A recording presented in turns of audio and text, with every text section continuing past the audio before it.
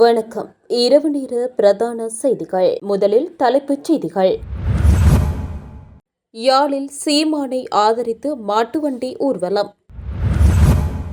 குறிகாட்டுவான் இறங்குதுறை புனரமைப்பு அமைச்சர் பிமல் தலைமையில் ஆரம்பம். ஊடகவியலாளர்களை வெளியேற்றிவிட்டு யாழ் மாவட்ட செயலகத்தில் அமைச்சர் பிமல் ரத்நாயக்க ரகசிய கூட்டம். இந்திய துணை ஜனாதிபதியின் வருகையை தமிழர் தரப்பு சரியாக பயன்படுத்தவில்லை. தங்களின் குடுமிப்பிடிச் சண்டைக்கு தீர்வு கேட்பதாகவே அது அமைந்ததாம். டக்ளஸ் தேவானந்தா மனக்குமுறல். சுரேஷ் சலே மன்றில் ஆஜர். வடமாகாண வீதி அபிவிருத்தி அதிகார சபையின் வடிவமைப்பு அலுவலகம் ஜாலில் திறந்து வைப்பு. முன்னாள் ஜனாதிபதி மஹிந்த ராஜபக்ச சொத்து விவரத்தை மறைத்துள்ளாராம். நீதி கிடைக்காமை கவலைக்குரியது. ஐநா வதிவிட பிரதிநிதி கரிசனை. உயிர்த்த ஞாயிறு தின குண்டு தாக்குதல் சம்பவத்தை சிங்கள பௌத்தர்கள் மீது சுமத்த முயற்சி. தொடர்வென விரிவான செய்திகள். போக்குவரத்து நெடுஞ்சாலைகள் மற்றும் நகர அபிவிருத்தி அமைச்சின் ஊடாக 984 மில்லியன் ரூபாய் செலவில் முன்னெடுக்கப்படும் குறிகாட்டுவான் இறங்குதுறை புனரமைப்பு பணிகளை ஆரம்பித்து வைக்கும் நிகழ்வு அமைச்சர் பிமல் ரத்நாயக்க அவர்களின் விசேட பங்கேற்புடன் இன்று புதன்கிழமை நடைபெற்றது. குறித்த குறிகாட்டுவான் இறங்குதுறையின் புனரமைப்பு பணிகள் அடுத்த ஆண்டு அக்டோபர் மாதம் 26ஆம் தேதிக்குள் முழுமையாக நிறைவு செய்யப்படவுள்ளமை குறிப்பிடத்தக்கது. இந்நிகழ்வில் போக்குவரத்து நெடுஞ்சாலைகள் மற்றும் நகர அபிவிருத்தி அமைச்சர் பிமல் ரத்நாயக்க, யாழ் மாவட்ட கௌரவ நாடாளுமன்ற உறுப்பினர்களான இளங்குமரன், ஸ்ரீ பவானந்த ராஜா, ஜே ராஜீவன், வடக்கு மாகாண பிரதம செயலாளர், வீதி அபிவிருத்தி அதிகார சபையின் பணிப்பாளர் நாயகம், வடக்கு மாகாண கடற்படை தளபதி, யாழ் மாவட்ட செயலாளர், யாழ் மாவட்ட ஒருங்கிணைப்பு குழு தலைவரின் இணைப்பாளர் வேலனை மற்றும் நெடுந்தீவு பிரதேச செயலாளர்கள், நெடுந்தீவு பிரதேச சபையின் கௌரவ தவிசாளர் உள்ளிட்ட பலரும் கலந்து கொண்டனர். அதனைத் தொடர்ந்து பாராளுமன்ற உறுப்பினர் டாக்டர் ஸ்ரீ பவானந்த ராஜா அவர்கள் அழைக்கின்றோம். கடந்த கால அரசாங்கங்கள் உண்மையிலே இவ்வாறான பிரதேசங்களை பற்றி பெரிதாக கண்டுகொள்ளாமல் விட்டபோதும் தேசிய மக்கள் சக்தி அரசாங்கம் இந்த மக்களுடைய இது ஒரு பொன்னாள், இது ஒரு கனவுக்கு நீண்ட நாள் கனவு நிறைவேறுகிறது. நீண்ட காலமாக இந்த பிரச்சனையோடு இருந்து வந்திருக்கிறது. நெடுகாலமாக என்னென்றால் நெடுந்தீவிலே இருந்து வருகின்ற படகுகள் கூட இது கட்டுறதுக்கு ஒரு பிரச்சனையாக இருந்தது. நெடுகால அடிக்கடி முரண்பாடுகள் இருந்தன. அது கட்டுறதுக்கு இடமில்லை ஒரு பிரச்சனை இருந்தது நீண்ட காலமாக. அது இதன் மூலம் நிறைவேறுகின்றது. மிக முக்கியமான இடம். இப்போ உங்களுக்கு தெரியும், வடமாகாணத்தை பொறுத்த மட்டிலும் மிக முக்கியமான இந்த கடல் பிரயாணம் செய்கிற இந்த 4 தீவுகள் மிக முக்கியமானது அந்த நெடுந்தீவு தான். அந்த வகையிலே நெடுந்தீவுக்கான பயணிகள் என்பது நீண்ட ஒரு பிரயாணம். அந்த வகையிலே அதுக்கு முக்கியத்துவம் கொடுத்து தான் இந்த புனரமைப்பு நடைபெறுகின்றது. இது கிட்டத்தட்ட 900 மில்லியனுக்கு மேலான ஒரு தொகையுடன் இந்த பணிகள் ஆரம்பிக்கப்பட இருக்கின்றன. ஏற்கனவே குறிப்பிட்டது போல இந்த அரசாங்கம் பதவிக்கு வந்த பின்னர் தான் இந்த தீவகங்களுக்கு மிக முக்கியத்துவம் கொடுக்கின்றன. தீவகத்தில் இருக்கின்ற பல வீதிகள் புனரமைக்கப்பட்டு கொண்டிருக்கின்றன. பல பல மாற்றங்கள் நிகழ்ந்து கொண்டிருக்கின்றன. அதுதான் மிக முக்கியமாக எல்லா பிரதேசங்களிலும் அதுவும் இந்த தீவிரத்துக்கு முன்னுரிமை கொடுத்து இது ஒரு காலம் இப்படி ஒரு நேரம் எதிர்பார்க்கவில்லை. இவ்வாறான ஒரு கடந்த அண்மையில தான் இது கோசைக்குரிய பணிகள் ஆரம்பிக்கப்பட்டன. அது மிக சிறப்பாக நடைபெற்றுக் கொண்டிருக்கிறது. அது அந்த வகையில் இந்த துறைமுகமும் மிக ஒரு 900 மில்லியனுக்கு மேற்பட்ட ஒரு நிதியிலே இது ஆரம்பிக்கப்பட்டிருக்கின்றது. இது உண்மையிலே இந்த அரசாங்கம் இந்த வடமாகாணத்தை புனரமைப்பு செய்ய வேண்டும், பல அபிவிருத்திகளை செய்ய வேண்டும் மட்டத்தில் மிக ஆர்வமாக இருக்கின்றது. உங்களுக்கு தெரியும், இந்த இவ்வாறான ஒரு பெருந்தொகையான நிதி ஒரு வெளிநாட்டு உதவியோ அல்லது வெளிநாட்டு கடனோ வெளிநாட்டு உலக வங்கி நிறுவனங்களோ அந்த உதவிகளோட இன்றி இது அரசாங்கத்தினுடைய சொந்த பணத்திலிருந்து தான் இது நடைபெறுகின்றது. ஒரு அரசாங்கத்தினுடைய பணத்திலிருந்து தான் இது செய்யப்பட்டு கொண்டிருக்கிறது. நான் நினைக்கிறேன் அடுத்த சில வருஷங்களிலே கூடுதலாக இந்த நெடுந்தீவு துறைமுகம் கூட அதுவும் அந்த புனரமைப்பு செய்யப்பட வேண்டும். அது செய்யப்படக்கூடிய நடவடிக்கையும் அரசாங்கம் எடுக்கின்றது. வருங்காலத்தில் அது நிச்சயமாக அபிவிருத்தி செய்யப்படும். அந்த வகையில் இது மிக முக்கியமான ஒரு திட்டம். අපි හිතනවා ඒක දියුණු කිරීම අතිශය අත්‍යවශ්‍ය දෙයක් කියලා.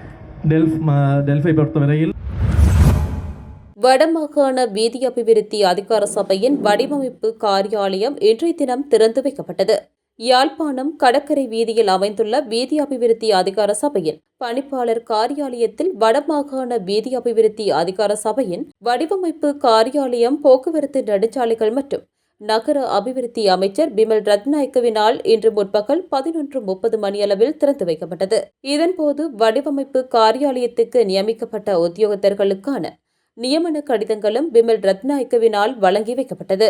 இந்நிகழ்வில் போக்குவரத்து, நெடுஞ்சாலைகள் மற்றும் நகர அபிவிருத்தி அமைச்சர் பிமல் ரத்நாயக்க, பாராளுமன்ற உறுப்பினர்களான இளங்குமரன், ஸ்ரீ பவானந்தராஜா, வடக்கு மாகாண பிரதம செயலாளர், வீதி அபிவிருத்தி அதிகார சபையின் பணிப்பாளர் நாயகம் மற்றும் வீதி அபிவிருத்தி அதிகார சபையின் உத்தியோகத்தர்கள் உட்பட பலர் கலந்து கொண்டனர்.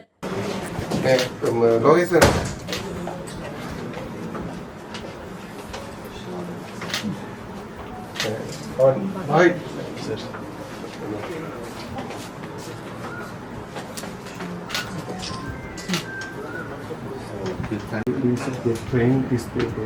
While this for 3 months, time to time, please get down from design office. Colombo. Then they start to do that.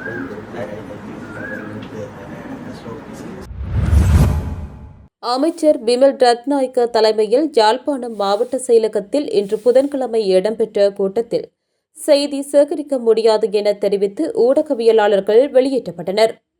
போக்குவரத்து, நெடுஞ்சாலைகள் மற்றும் நகர அபிவிருத்தி அமைச்சர் பிமல் ரத்நாயக்க யாழ்ப்பாணத்துக்கு விஜயம் செய்து பல்வேறு அரச நிகழ்வுகளில் பங்கேற்றார்.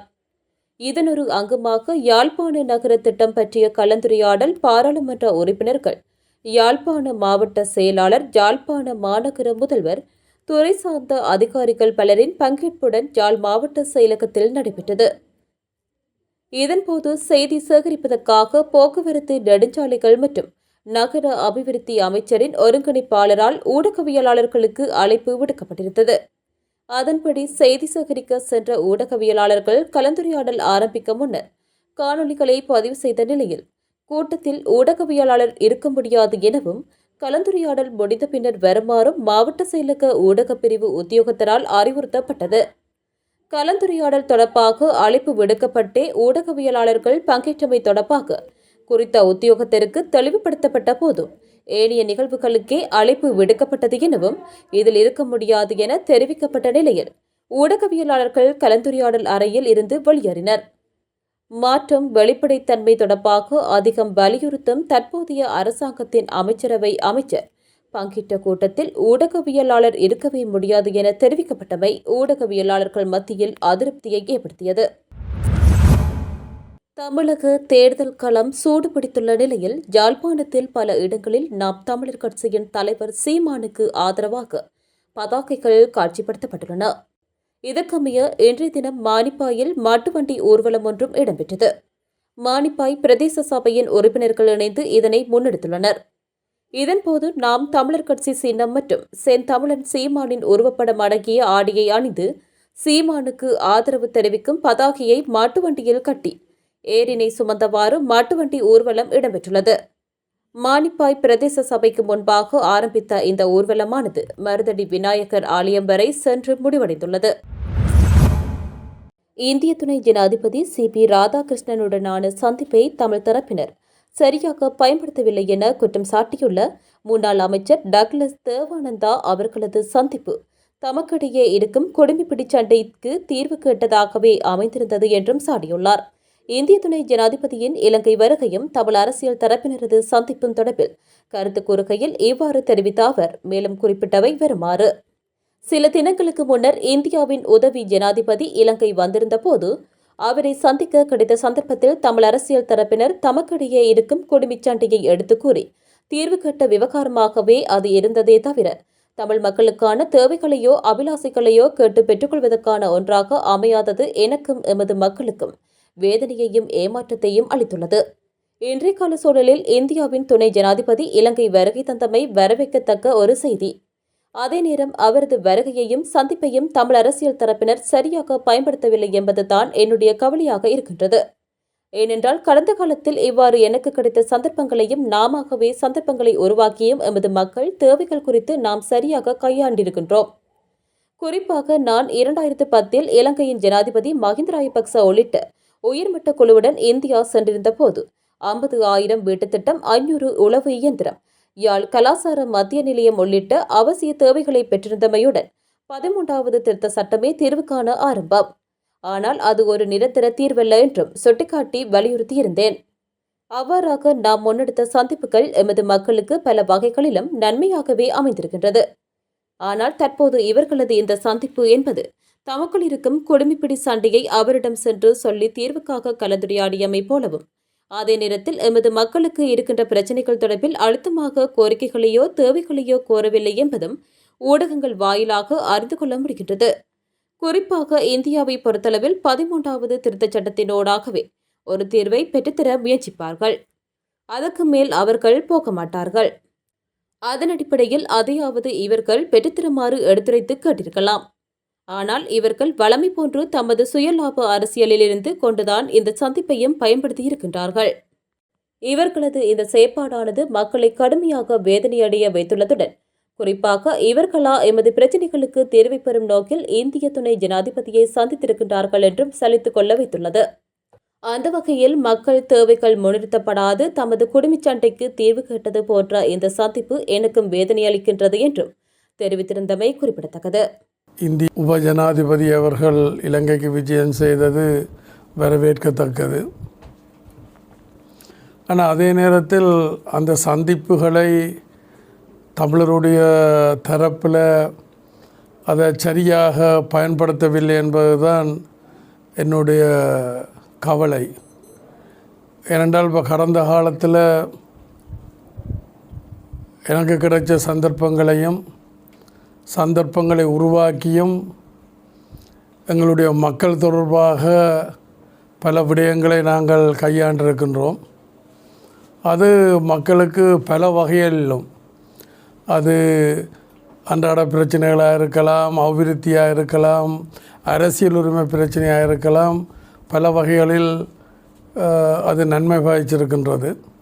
ஆனால் இந்த தற்போதைய இந்த சந்திப்பு என்பது ஒரு குடும்பிப்படி சண்டையை அவரிடம் போய் கலந்துரையாடியது போலவும், அதே நேரத்தில்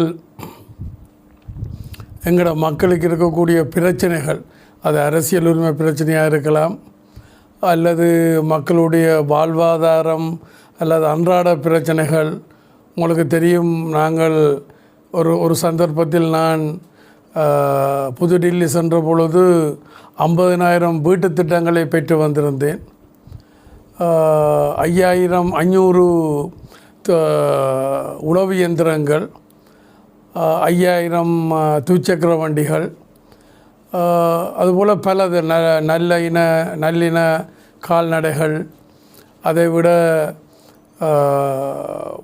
வளமான பழந்தரும் மரங்கள், அப்படியெல்லாம் பல விடயங்களை நாங்கள் கையாண்டிருக்கின்றோம்.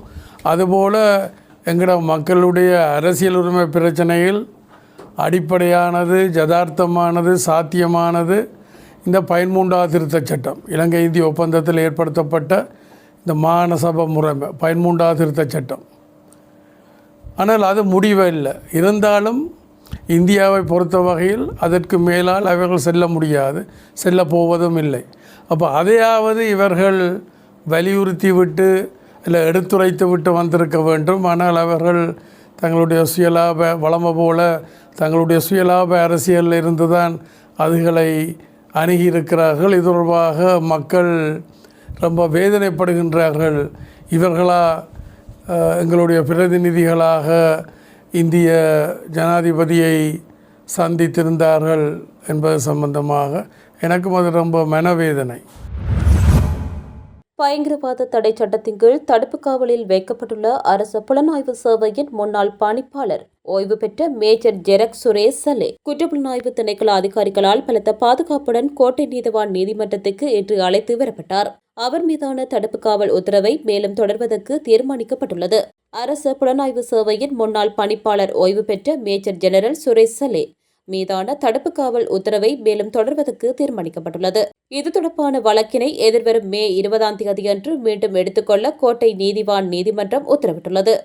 கடந்த வழக்கு விசாரணையின் போது கொழும்பு கோட்டை நீதவான் இசுரு நெத்திக்குமார பிறப்பித்த உத்தரவிற்கமைய சந்தேக நபரான சுரேஷ் சலே இன்று நீதிமன்றில் ஆஜர்படுத்தப்பட்டார். உயிர்த்த ஞாயிறு பயங்கரவாத தாக்குதல் சம்பவம் தொடர்பில் முன்னெடுக்கப்பட்டு வரும் விசாரணைகளுக்கு அமைய தாக்கல் செய்யப்பட்டுள்ள வழக்கின் 3வது சந்தேக நபராக சுரேஷ் சலேவை குற்றப்புலனாய்வு திணைக்களம் பெயரிட்டுள்ளது.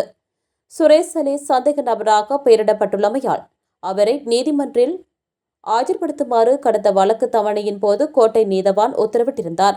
அந்த உத்தரவுக்கு அமையவே அவர் இன்று நீதிமன்றத்துக்கு அழைத்து வரப்பட்டார். உயிர்த்த ஞாயிறு பயங்கரவாத தாக்குதலுடன் பிள்ளையான் தொடர்புபட்டிருக்கின்றார் என ஜனாதிபதி அனுரகுமார திசாநாயக்க கூறிய கருத்துக்கள் அப்பட்டமான பொய்.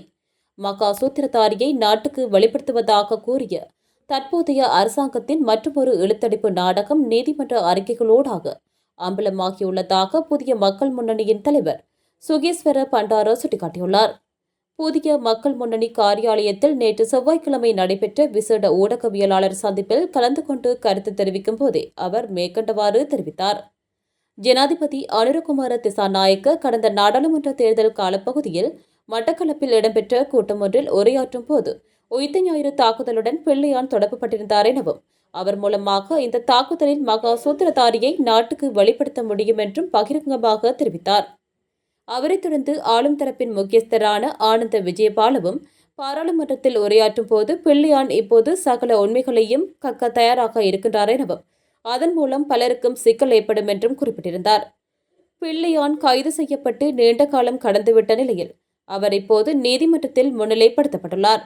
ஆனால் நீதிமன்றத்தில் தாக்கல் செய்யப்பட்டுள்ள பி அறிக்கையின் எந்தவொரு இடத்திலும் மட்டக்களப்பு சியோன் தேவாலய தாக்குதல் அல்லது உயிர்த்த ஞாயிறு தாக்குதலின் எந்தவொரு சம்பவத்துடனும் பிள்ளையானுக்கு தொடர்பு இருப்பதாகவோ அல்லது அவரது பெயரோ குறிப்பிடப்படவில்லை. இது நாட்டு மக்களையும் கத்தோலிக்க சமூகத்தையும் ஏமாற்றுவதற்காக அனுரகுமார திசாநாயக்க கூறிய அப்பட்டமான பொய் என்பது இப்போது அம்பலமாகியுள்ளது.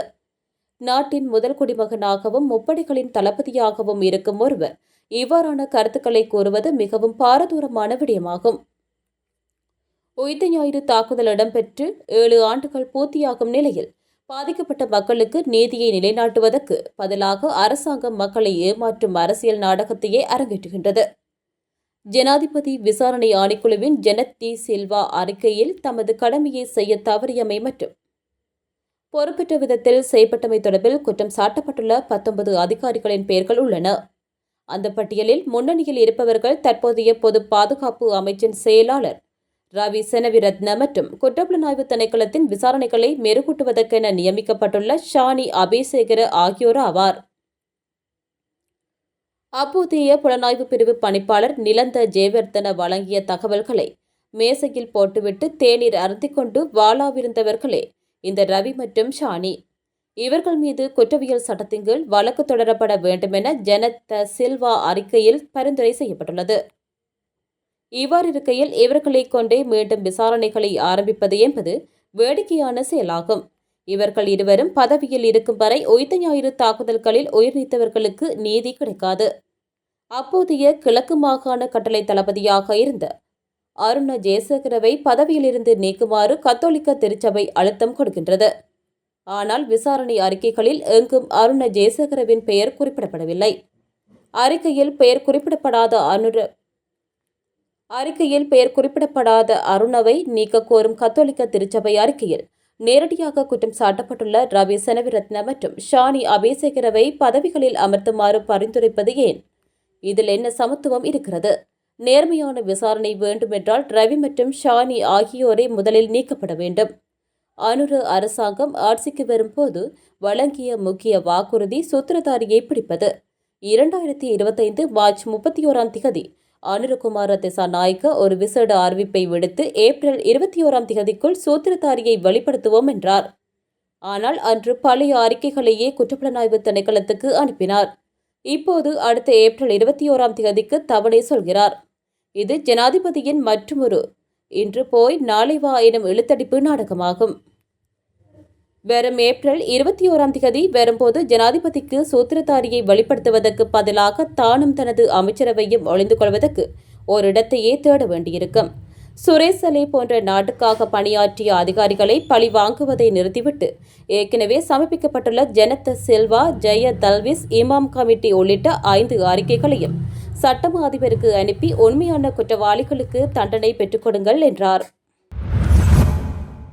முன்னாள் ஜனாதிபதி மஹிந்த ராஜபக்ச தனது சொத்துக்களின் ஒரு பகுதி தொடர்பான விவரங்களை மட்டும் லஞ்ச ஊழல் மோசடி தவிர்ப்பு விசாரணை ஆணைக்குழுவிடம் வழங்கியுள்ளார் என்று தெரிவிக்கப்படுகின்றது. லஞ்ச ஊழல் மோசடி தவிர்ப்பு விசாரணை ஆணைக்குழுவின் உத்தரவுக்கு அமைய முன்னாள் ஜனாதிபதி மஹிந்த ராஜபக்ச தனது சொத்து விவரங்களை சத்திய கடதாசியொன்றின் மூலம் சமர்ப்பித்திருந்தார். எனினும் இவ்வாறு அவர் சமர்ப்பித்த சொத்து விவரங்கள் முழுமையானவை அல்ல என தெரியவந்துள்ளது. ஒரு தொகுதி சொத்துக்கள் பற்றிய விவரங்கள் மட்டுமே மஹிந்தவால் சமர்ப்பிக்கப்பட்டுள்ளன என்று தெரிவிக்கப்படுகிறது. சொத்து விவரங்களை சமர்ப்பிப்பதற்காக லஞ்ச ஊழல் மோசடி தடுப்பு விசாரணை ஆணைக்குழு மஹிந்தவுக்கு 14 நாட்கள் கால அவகாசம் வழங்கியிருந்தது. இந்த நிலையில் தனது சொத்துக்கள் குறித்த ஒரு பகுதி ஆவணங்களை மஹிந்த சமர்ப்பித்துள்ளார் என்பதுடன் ஏனைய விவரங்களை சமர்ப்பிப்பதற்கு கால அவகாசம் கோரியுள்ளார் என்றும் தெரிவிக்கப்பட்டுள்ளது. ஏனைய விவரங்கள் முழுமையாக கிடைக்கப்பட்டதன் பின்னர் விசாரணைகள் ஆரம்பிக்கப்படும் என லஞ்ச ஊழல் மோசடி தவிர்ப்பு விசாரணை ஆணைக்குழு தெரிவித்துள்ளது. உயிர்த்த ஞாயிறு தின குண்டு தாக்குதல் சம்பவத்தை சிங்கள பௌத்தர்கள் மீது சுமத்துவதற்கு முயற்சிக்கப்படுகிறது. குண்டு தாக்குதலின் பின்னணியில் இராணுவ புலனாய்வு உள்ளது என்று அருட்தந்தை சிறில் காமினி குறிப்பிட்டுள்ள கருத்து சிங்கள கத்தோலிக்க இன நல்லிணக்கத்துக்கு பாதிப்பை ஏற்படுத்தும் என பிவிதுரு ஹெல உருமய கட்சியின் தலைவர் உதய கமன்பில தெரிவித்தார். உயிர்த்த ஞாயிறு தின குண்டு தாக்குதலின் பிரதான சூத்திரதாரியை தேடி செல்லல் எனும் புத்தகத்தை நேற்று கண்டி பல்வத்து பீட மகாநாயக தேரருக்கு கையளித்ததன் பின்னர் ஊடகங்களுக்கு கருத்து தெரிவிக்கையிலேயே அவர் மேற்கண்டவாறு குறிப்பிட்டார். அங்கு அவர் மேலும் தெரிவித்ததாவது, உயிர்த்த ஞாயிறு குண்டு தாக்குதல்கள் பற்றி நான் எழுதிய புத்தகத்தில் பிரதான சூத்திரதாரி யார் என்று தெளிவாக குறிப்பிட்டுள்ளேன். குண்டு தாக்குதலை நடத்துவதற்கு தேசிய மக்கள் சக்தியின் தேசிய பட்டியல் உறுப்பினராக பெயரிடப்பட்ட இப்ராஹிம் நிதி வழங்கியுள்ளமை ஆதாரத்துடன் உறுதிப்படுத்தப்பட்டுள்ளது. குண்டு தாக்குதல்கள் சம்பவத்தின் பின்னணியில் இராணுவ புலனாய்வு பிரிவு இருப்பதாக கத்தோலிக்க சபையின் அருத்தந்தை சிறில் காமினி குறிப்பிட்டுள்ளமை கவனத்துக்குரியது. குண்டு தாக்குதல் சம்பவத்தை சிங்கள பௌத்தர்கள் மீது சுமத்துவதற்கு முயற்சிகள் மேற்கொள்ளப்பட்ட பின்னணியில் நான் புத்தகம் எழுதி உண்மையை வெளிப்படுத்தினேன். எனது புத்தகம் மற்றும் அதில் குறிப்பிடப்பட்ட விடயங்கள் தொடர்பில் அரசாங்கம் இதுவரையில் மறுப்பு தெரிவிக்கவில்லை. ஆகவே இந்த விடயம் குறித்து ஆளும் தரப்புடன் பகிரங்க விவாதத்தில் ஈடுபட தயார் என்றார். உயிர்த்த ஞாயிறு தாக்குதல்கள் இடம்பெற்று 7 ஆண்டுகள் நிறைவடைந்துள்ள போதிலும் பாதிக்கப்பட்டவர்களுக்கு இன்னும் முழுமையான நீதி கிடைக்கவில்லை என்பது கவலைக்குரிய விடயமாகும். நீதி தாமதிக்கப்படுவது நீதி மறுக்கப்படுவதற்கு சமமாகும். விசாரணைகள் எவ்வித அரசியல் தலையீடுகளுமின்றி சர்வதேச மனித உரிமை தரங்களுக்கு இணங்க வெளிப்படையான முறையில் முன்னெடுக்கப்பட வேண்டும் என ஐக்கிய நாடுகள் சபையின் இலங்கைக்கான வதிவிட பிரதிநிதி மார்க் ஆண்ட்ரே பிரான்ச் தெரிவித்தார். கொழும்பு கொச்சிக்கடை திருத்தலத்தில் நேற்று செவ்வாய்க்கிழமை இடம்பெற்ற உயிர்த்த ஞாயிறு தாக்குதல்கள் நினைவேந்தலில் கலந்து கொண்டு உரையாற்றிய போது இதனை தெரிவித்த அவர் மேலும் குறிப்பிடுகையில், 2019 ஏப்ரல் 21 அன்று இலங்கையில் மிலேச்சத்தனமான உயிர்த்த ஞாயிறு குண்டு தாக்குதல்கள் இடம்பெற்று 7 ஆண்டுகள் நிறைவடைகின்றன.